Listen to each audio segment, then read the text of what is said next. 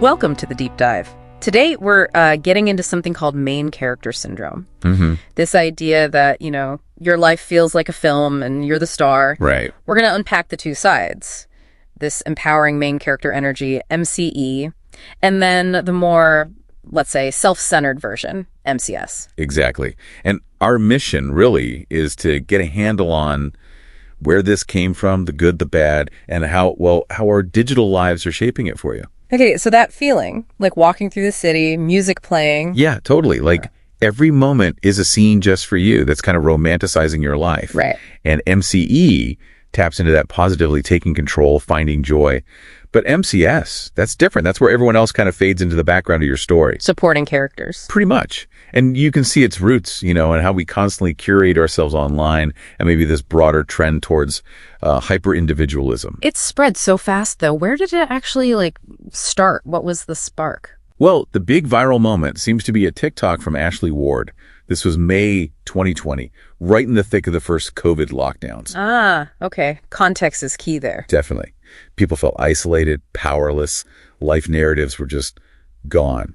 Her video, inspired by Ferris Bueller, wasn't pushing narcissism. It was more like, hey, find beauty in the small stuff. Mindfulness. A coping mechanism almost. Yeah, exactly. And it just exploded. You see 170 million tagged videos now. It initially gave people a sense of agency, a way to structure things psychologically when everything felt chaotic. So that's the positive side, the MCE. That's the MCE. It's about empowerment, growth, self-love.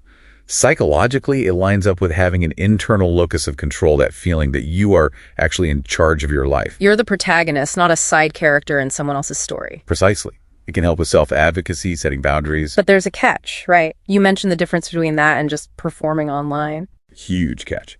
Performative wellness, real MCE is about genuine internal change, self-care even offline.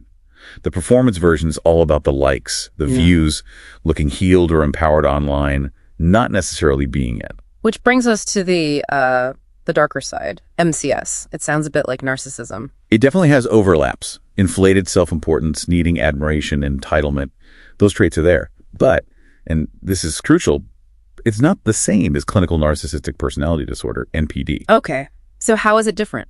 MCS is more seen as a culturally learned behavior. Someone leaning into MCS might still have some capacity for empathy, unlike clinical NPD often. The real problem with MCS is the empathy crisis. Empathy crisis. Yeah, you start seeing others as, NPCs, non-player characters. Like in games. Yeah. Just there to serve the main player's story. Exactly. Conversations become monologues. Friends, big moments get hijacked. It really damages relationships, leads to isolation.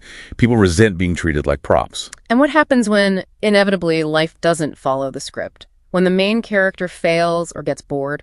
See, that's where it gets tough. Real life is messy. Failure, setbacks, they feel like plot holes in their movie. It creates this cognitive dissonance. Major insecurity often lies underneath. So the main character thing becomes a shield. Kind of a defense mechanism, yeah. Needing that external validation constantly to prop up the facade.